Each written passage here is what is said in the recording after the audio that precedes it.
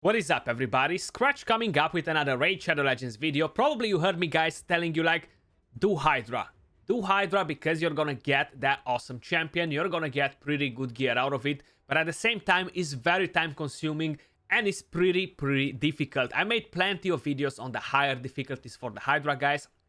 So time to lower it down and move over to hard, move over to normal, and see what other comps out there can help you guys out. But before we move over to talk about that, I just want to let you know, if you enjoyed the music you hear in the video, I partner up with Soundstripe, which is a royalty-free music library, so feel free to check them out. I will be leaving their link in the description down below. Plus, you can save a 15% on checkout by using code SCRATCH. If we're gonna go all the way to the Hydra, guys, you've seen, I made a guide on Mitrala yesterday. She is gonna be an amazing champion. If you're gonna go right here to the drop info, you're able to collect fragments. So even if you get one chest a week or 2 chests a week, if your clan kills one of the difficulties, slowly you'll be able to collect some fragments. Now, of course, for some of you guys out there that are only hitting normal, it will take a while to get her. But better start earlier than never, because she's such an awesome champion. You're definitely gonna regret if you're not jumping in and start putting some damage on the Hydra clan boss. Even though I know it's a pain, nobody's a big fan of doing it. So to get the top chest right here, you need 6 millions. I'm quickly gonna explain you one thing. This is not working in the same way like the previous clan boss. For example, you haven't hit max right here, but you hit 4.4 million, enough to get the adept chest, which again, it drops in between 1 and 2 fragments, and it drops the gear. Should you use your second key to get the top chest right here? Is that the right choice? Or you should use your other 2 keys and go to hard and hit the next chest right here that can give you pretty much, again, the same chest like on the other difficulty. Definitely spread your keys on different difficulties.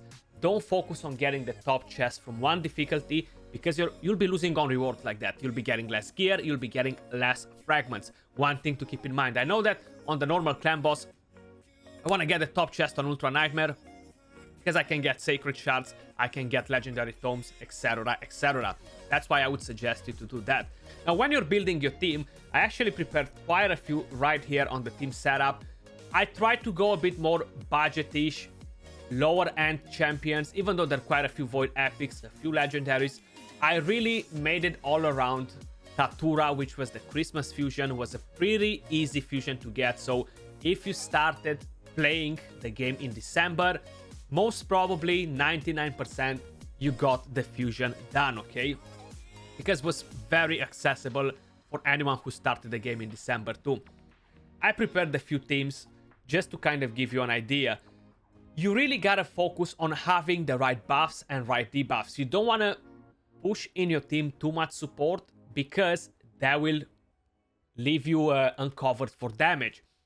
And you want to use champions that bring in more utility than just a damage dealer.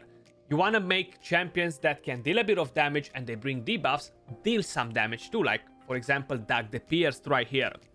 So one thing I do want to share with you, for you guys to keep in mind, if we're looking at the difficulties right here, these are kind of like the stats, is the old rotation, sorry, but the stats are still the same on the heads. So the main idea is you really gotta follow up on this. How much accuracy they have, to know how much resistance you need on your key champions, how much speed they have, know what sort of speeds you know on your main champions, and of course their resistance, to know how much accuracy you need on your champions in order to be able to debuff all these heads. So they are pretty fast. That's one of the things you should know. Head of Mischief has a pretty good amount of accuracy for the normal difficulty. They are very similar with the bosses in the Doom Tower. So think about it. You're fighting 4 of the Doom Tower bosses in 1. That's pretty much the way it works with the Hydra clan boss. So you want to cover damage. You want to cover block buffs for this team. For this rotation especially. If you don't have block buffs, debuff, then you might want to have some sort of HP burn that can be very consistent on your team.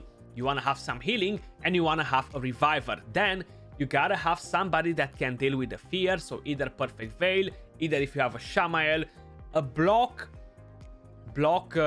buffs, a block debuffs buff, sorry, so an immunity would be very important as well, because you're gonna get weakened, you're gonna get provoked, you're gonna get tons of poisons. So all that, they add up on your team, and they literally kill your team much faster, and doesn't allow you to have a decent survivability. Mainly when I'm creating a team for these guys, I'm always trying to focus on 2 damage dealers, debuffers, and support for the rest of the 4 slots. So how you guys can see right here, these are just different examples. A lot of these damage dealers can be replaced. In terms of support champions, again, a lot of them can be replaced if you have different ones that can kind of do similar jobs. With legendary champions, especially for the Hydra, the good part about them is that they have so much in their kit that you kind of need 2 epic champions to fill the role of a powerful legendary. That's why legendaries kind of make all this a bit easier, and quite a bit easier when we're talking about it.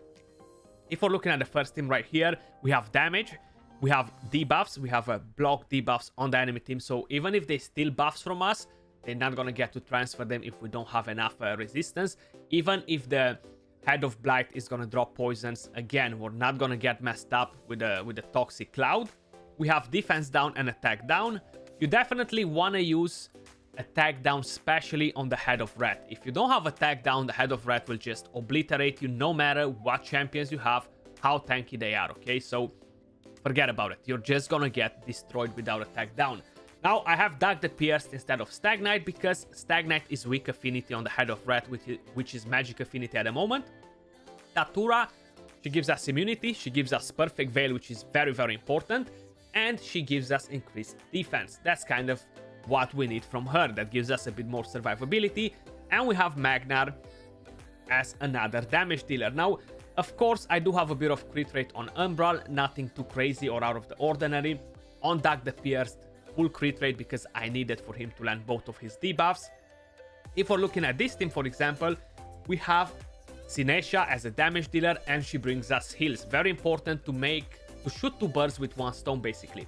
You have a Tyrell right here, he deals damage, defense down, attack down on the A1 is not as amazing. Then we have Ursula the Mourner.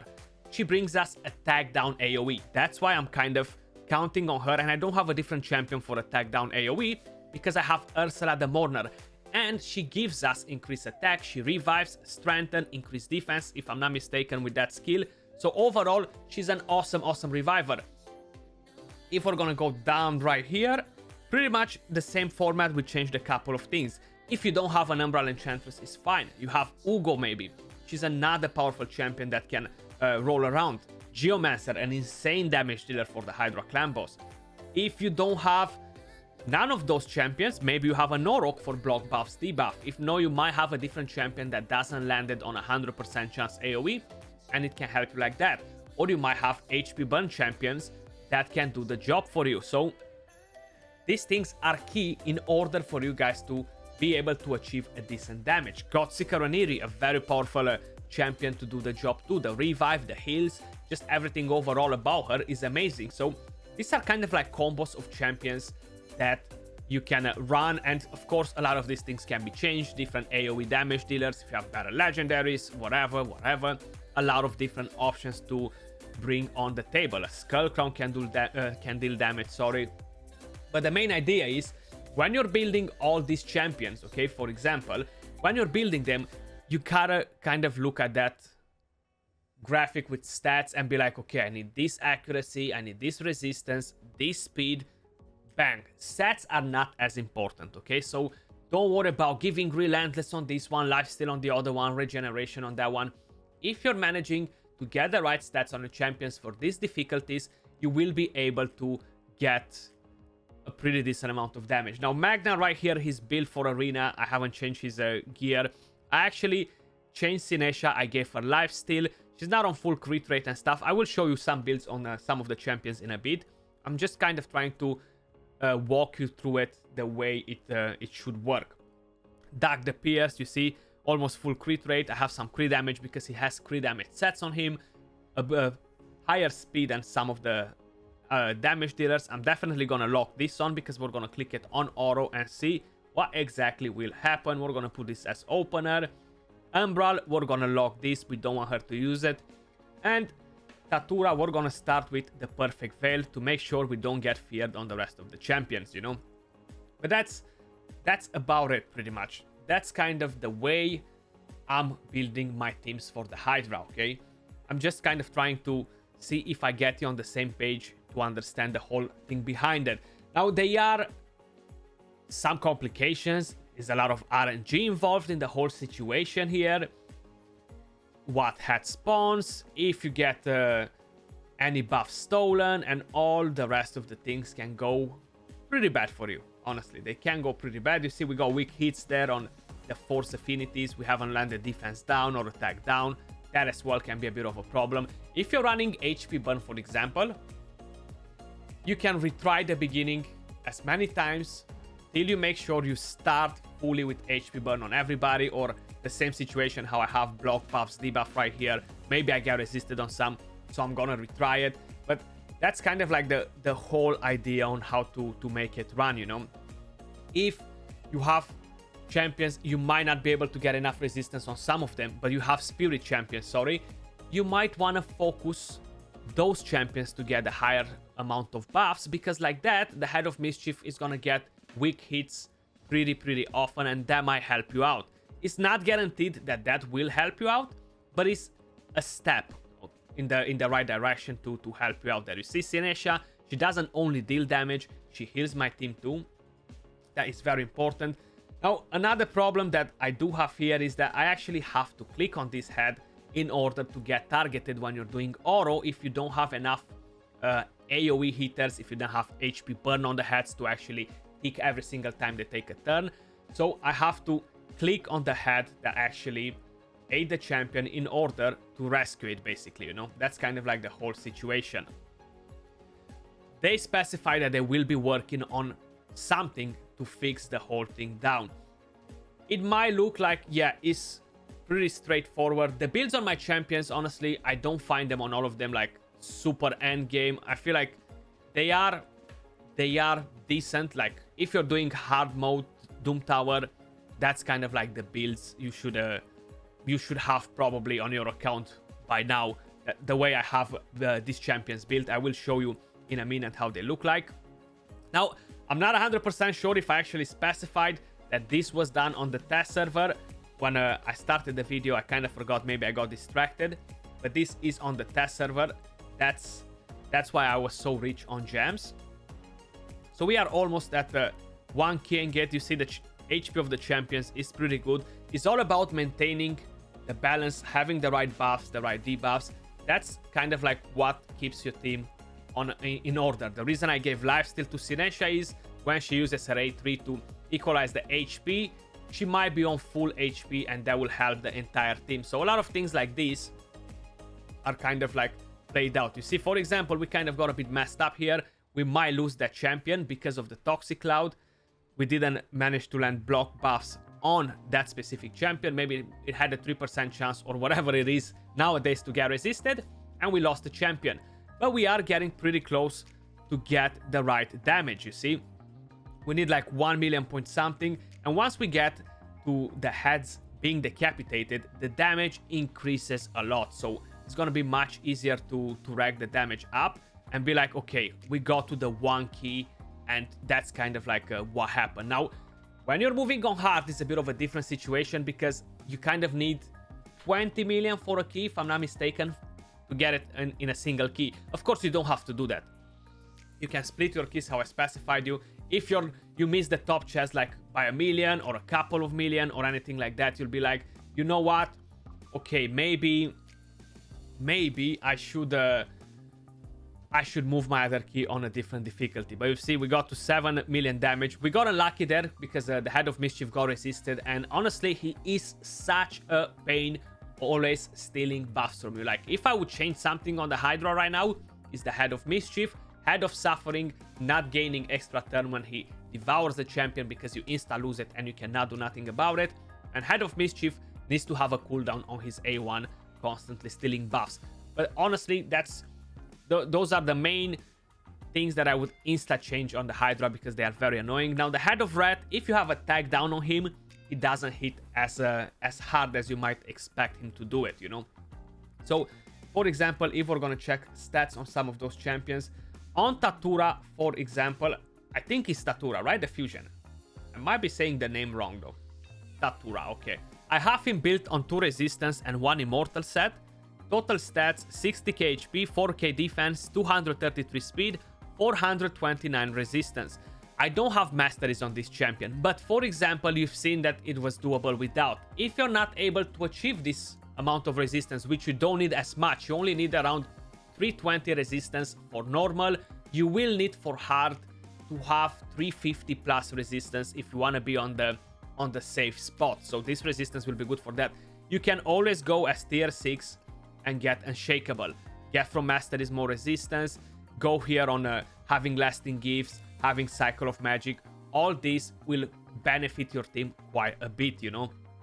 If we're gonna look at different champions that we use, for example, we used her, Umbral Enchantress. She had mastery, support, offense, war master, and in her build we only focused accuracy. So in terms of total stats, 50k HP, 3.7k defense, 218 speed. We have a bit of crit rate and 350 accuracy. Now she is built for the higher difficulties in terms of accuracy, but not in terms of speed. And if we're going down, Skullcrown, for example, I would use her the exact same way I have her here. Maybe I would give her a bit more HP, but as much damage as you can get from the damage dealers. That's why you're taking in a Reviver, you know. You want to make sure they are doing a lot of damage. And what other champion we used in there? None of these bad boys. We used a Sinesha, and is this one right here. So I have I have a crit damage set on her next to a lifesteal, and that's why I have such a high crit damage. I don't have full crit rate, but pretty close. 3.2k attack, 200 speed, 260 crit damage. Masteries. I have offense and I have support 3. We're getting more heals from her A2. And defense, I didn't want it to get a counter attack just because of the fear. I didn't want it to get feared more and more on her. War Master as tier 6. AoE on the A1 is awesome. It's gonna do pretty good damage for those difficulties. We have Duck the Pierced, 1 crit damage set, 1 speed set, 1 defense set. Total stats 42k HP, 4k defense. His damage is based on defense. 99 crit rate, 200 speed. 220 speed, sorry, 200 crit damage, 320 accuracy, which again, 200 accuracy, 210, 220 for normal difficulty is more than enough. You've seen the chart that I shared with you guys before on the screen. And masteries, pretty similar. We have offense and support 3. Since I don't have Shamael in the team, I don't want them to counterattack with deterrence, you know. So that's why I have support on most of the champions. Master Hexer, Arcane Celerity, so he gains a bit of turn meter to actually get a turn before the rest of them. Ugo, I have her built on immunity. These are kind of like the stats. She's built mainly for arena with accuracy. You can lower the accuracy on her because you don't need as much accuracy. And maybe I would lower a bit the defense to go for more HP. That might help the champion to survive a bit longer in the fight. And what other champions we use? Godseeker Oniri, actually. We had her in the team. I kind of missed her. She is built on a Swift Parry and an Immortal set. She has 350 resistance, 233 speed, 50k HP, 3.8k defense. Masteries, no masteries at all, actually. Again, if you're struggling with that, you can get tier 6 unshakable if you cannot get enough resistance. You want to have resistance on your key champions, guys, and give them a Blood Shield accessory if you have one. I didn't seem to have one available to use. Ursula the Mourner, she's actually on a Frenzy set for Faction Wars.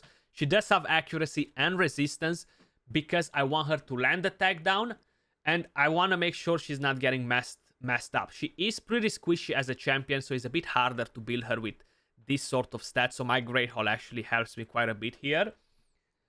And what other champions we used in here? I think that's about it. Magnar, yeah, Magnar is built for Arena, actually. He's on Savage, so he's pretty OP in terms of build. This is a very endgame build, but the rest of them are very achievable for the majority of people that are playing the game for a while, okay? So it's not like I started yesterday free to play and I'm gonna do it. Unfortunately, That's how Platinum designed the content. I wish I could do something about it, but unfortunately, we cannot. Let me know in the comments down below if you want to see different sort of guides for the lower difficulties, different sort of teams. If you're curious about anything that you've seen on the teams that I showed you, like how to change different champions and stuff, let me know in the comments down below, guys, and I'll catch you all soon in the next video. Much love. Peace.